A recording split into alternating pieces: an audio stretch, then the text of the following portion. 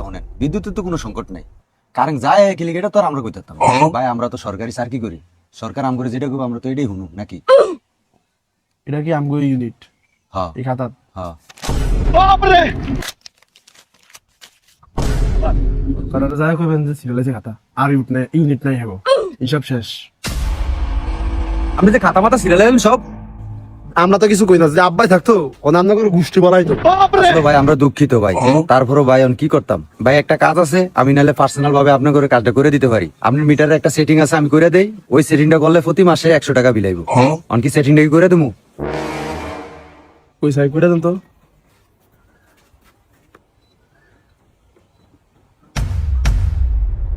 কি কারণ দিল গিয়া? হ্যাঁ হ্যাঁ মিটার লক হয়ে গেছে, এবার যান বিদ্যুৎ অফিসে যায়া গিয়া লকটা ছুটিয়ে 3600 টাকা দিয়া আমরা গেলাম। তার মানে আমরা ইচ্ছা করে লক করছে, তার মানে আপনি মাত্র মিটার টিপে লক করছে। হ্যাঁ ভাই আমি নিজে লক করছি, এই যে হাত দিয়ে মাত্র লক করলাম। আপনি বুঝেন না আমরা সরকারি লোক, সব কিছু করতে পারি। তুই আমার কাছে তাড়াতাড়ি যাইতাম, যা যা গিয়ে মিটার গিয়ে লক ছুটিয়ে যা। আর ইচ্ছা করে করছে। ও সাইমন